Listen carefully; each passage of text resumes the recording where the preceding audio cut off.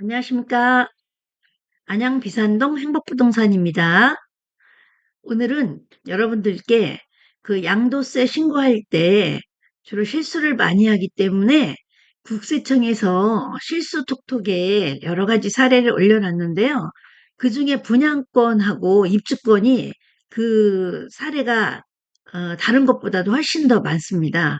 그래서 오늘은 이 주변에 있는 분양권 거래가 많이 있었기 때문에 이 사례를 여러분들께 소개해 드리겠습니다.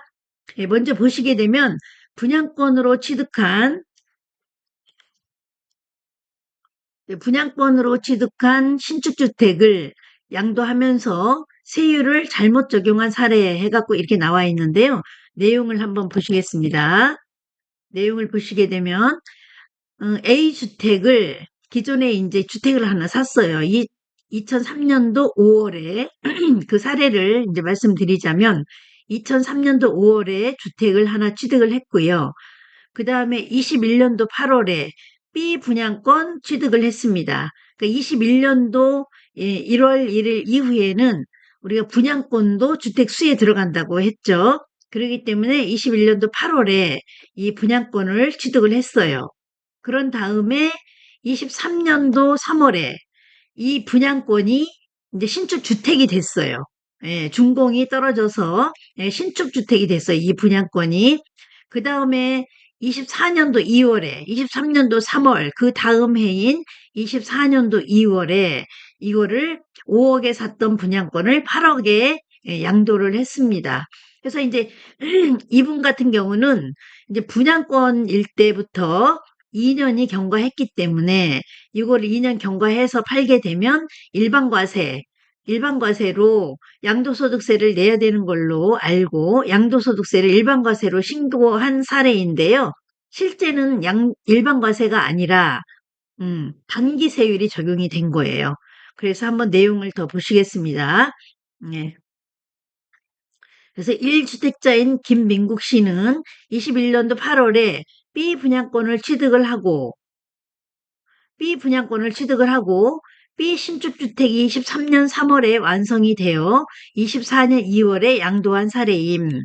네, 김민국 씨는 B 분양권 취득일로부터, 그러니까 분양권 취득일로부터 21년도 8월부터 B 신축주택 양도일까지 2년이 경과하여 양도소득세 기본세율인 2년 이상 보유로 신고하였으나 고율의 단기세율이 적용이 되어 양도소득세를 추가 납부함. 충분히 이럴 수 있다고 생각이 들어요. 왜냐면 지금 보통 이제 2년만 지나면 비과세가 아니라 일반과세인 줄 알고 착각을 하기 때문에 그렇게 되는데요. 이제 분양권 같은 경우는 분양권이라는 이름이 붙어 있는 한은 일단은 단기세율이 적용이 돼요. 그래서 1년 이내 같은 경우는 이제 1년 이내 같은 경우는 이제 77%가 적용이 되죠. 지방소득세까지 합해서. 그래서 1년 이상, 이제 1년 이상인 경우, 1년 이상인 경우, 완공되기 전까지는 무조건 66%가 돼요. 분양권이라는 딱지가 붙어 있는 한은 계속 66%가 돼요. 완공이 되기 전까지는. 그래서 이제 이분은 사실상은 분양권에서 일반 주택으로 되고 나서 팔았기 때문에 이제 일반과세가 적용되는 줄 알았는데 사실은 그게 아니었어요. 네. 그래서 양도소득세가 기본세율 적용 시에는 9,300만 원이 나왔는데 9,300만 원이 나왔는데 단기 보유세율이 적용이 돼서 2억 800만 원이 나와 2배 이상이 나온 그러한 사례입니다. 그래서 밑에 내용을 한번 더 보시겠습니다. 사례 설명을 드릴게요. B 신축주택은 양도 시점에 분양권이 아닌 주택이므로 양도 시점이 24년 2월에 분양권이 아닌 이 신축주택이 되었죠. 그래서 B 신축주택의 양도 시에 주택 보유 기간에 따른 양도세율이 적용이 됩니다. 그러니까 분양권일 때부터 계산하는 게 아니라 주택이 된 이후로만 그 기간을 계산한다는 그러한 얘기입니다. 따라서 김민국 씨는 B 신축주택을 완성일로부터 11개월간 보유하고 양도하였으므로 양도소득세율이 기본 세율이 아닌 단기 보유 세율인 70%가 적용이 됩니다. 그래서 지방소득세까지 하게 되면 77%가 되는 거죠. 네. 그 다음에 이제 양도 전에, 우리가 양도하기 전에 항상 그 양도소득세는 체크를 먼저 해보고 전문가와 상담을 먼저 한 다음에 결정을 하시는 게 좋습니다. 요즘에는 양도소득세가 워낙 복잡하게 바뀌어가지고 예, 단순하지가 않습니다. 특히 분양권, 입주권은 정말 조심해야 되는 예, 그러한 상황인데요. 그래서 양도 전에 한번 체크해야 될 그러한 상황을 한번 읽어보겠습니다. 예, 분양권 또는 분양권으로 취득한 신축주택을 양도하는 경우 양도 시기 및 보유 기간에 따른 적용되는 세율이 달라지므로 유의하시기 바랍니다. 다음 페이지에 이제 적용 이율 참조 이렇게 나와 있고요. 절세 팁을 보게 되면 분양권 및 승계조합원 입주권으로 취득한 신축주택을 완성 후 바로 양도하는 경우 고율의 단기 보유세율이 적용될 수 있으므로 신축주택 완성일로부터 최소 2년 이상은 보유하여 기본세율을 적용받는 것이 절세에 도움이 됩니다. 그러니까 여기에서도 나왔지만 분양권과 승계조합원, 원조합원이 아닌 승계조합원은 항상 준공이 떨어지고 나서 그때부터 다시 시작이 되는 거예요. 다시 시작이 돼서 1년 이내는 기간으로 따졌을 때 1년 이내는 70%, 그다음에 1년 이상이 1년 이상 2년 이내는 66%, 그다음에 일반 과세나 비과세가 진행이 되는 거예요. 그래서 1년 이내일 때, 그다음에 2년 이내일 때 항상 거기를 체크를 하셔야 돼요. 그리고 이제 이 분양권이나 승계조합원의 입주권인 상태에서 팔 때에도 역시 이 부분에 대해서는 1년일 때는 77%, 1년 이상일 때는 분양권 상태에서는 계속 66%, 입주권 상태에서도 마찬가지.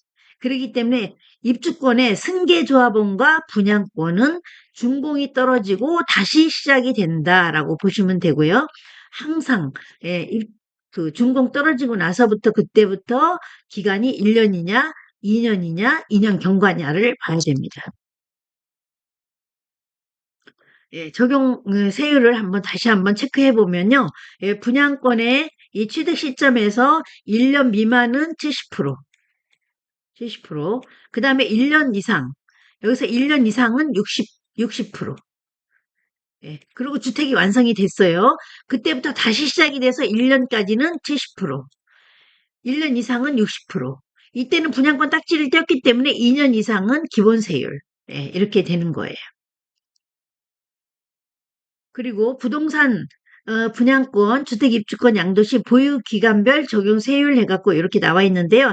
항상 우선 양도소득세를 계산할 때는 내가 양도 차액이 얼마가 됐느냐 보다는 먼저 봐야 될 거는 이분이 얼마를 보유하고 있었느냐를 먼저 봐야 돼요. 얼마가 남았느냐를 먼저 보는 것보다는 이분이 얼마를 보유하고 있었느냐라는 걸 먼저 체크해야 되고, 그래서 1년 미만일 경우에는 70%, 주택도 70%, 입주권도 70%, 분양권도 70%, 그 외의 부동산만 50% 이렇게 되는 거예요. 그래서 제일 먼저 양도소득세를 계산할 때는 얼마 동안 보유했느냐, 1년 미만이냐, 1년 이상이냐, 이걸 먼저 체크해야 되고, 그 다음에 1년 이상일 때는 60%, 주택도 60%, 입주권도 60%, 분양권도 60%. 예, 이렇게 되는 거예요. 여기서 입주권이라 하면 승계조합원의 입주권을 얘기하는 겁니다. 네, 그 외의 부동산은 40%. 그래서 먼저 단기인지를 먼저 확인하고 그 다음에 2년 이상이 됐을 때 그때 기본세율, 분양권 딱지일 때는 계속 60%예요. 1년 이상 60%. 기본세율 이렇게 진행이 되는 겁니다.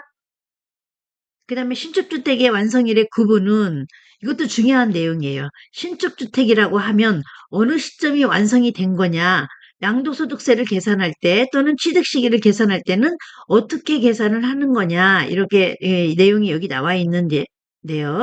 일반 분양 아파트 같은 경우는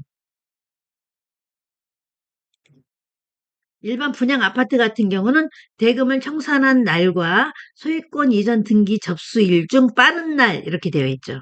일반 분양 아파트는 취득 시기로 볼 때는 이 집을 언제 취득했느냐로 볼 때는 대금을 청산한 날과 소유권 이전 등기 접수일 중 빠른 날. 네네. 그 다음에 대금 청산일까지 완성되지 않은 경우 아파트의 완성일, 사용승인서 교부일. 이거 완성일이라는 거는 이제 준공이 떨어진 날을 얘기하겠죠. 예. 그리고 조합원 지위를 승계하여 취득하는 아파트, 입주권이겠죠. 이때는 사용승인서 교부일, 사실상 사용일, 임시사용 승인일. 이게 준공이 떨어진 날이 되는 거예요. 예, 준공이 떨어진 날, 준공일자. 그 다음에 기존 주택 재개발 사업 등으로 취득하는 아파트. 예, 재개발 사업을 취득하는 아파트는 기존 주택에 취득한 날, 기존 주택의 연장으로 보는 거죠. 이거는 이제 원조합원을 얘기하는 거겠죠. 원조합원. 예, 조합원을 얘기하는 겁니다. 네. 이렇게 되고, 신축주택의 양도시에 세율을 적용을 위한 보유기간 계산 방법. 이제 이거는 조금 차이가 있어요. 예, 이건 조금 차이가 있는데요. 예, 분양권을 취득했다. 그러면 신축주택 완성 후에 양도를 하게 되는데요. 이때는 취득일이 잔금 청산일에서 양도일까지 이렇게 계산이 되는 거예요. 그 다음에 조합원 입주권, 신축주택 완성 후에 양도. 예, 조합원 입주권을 신축주택이 완성 후에 양도할 때는 준공일부터 양도일. 이것도 역시 승계 조합원의 얘기죠. 이쪽 거는 이거는 이제 분양권을 당첨되신 분이나 분양권을 취득한 분의 얘기고 이쪽은 승계조합원의 얘기예요. 그 다음에 종전주택의 취득, 조합원의 입주권 전환, 신축주택의 완성 후 양도 이거는 이제 종전조합원을 얘기하는 거예요. 그래서 종전 취득일부터 양도일까지 이거는 이제 원조합원을 얘기하는 거죠. 이렇게 해서 분양권이나 입주권, 특히 분양권, 네, 입주권 같은 경우는 승계조합원 같은 경우는 일단 기간을 먼저 보고요.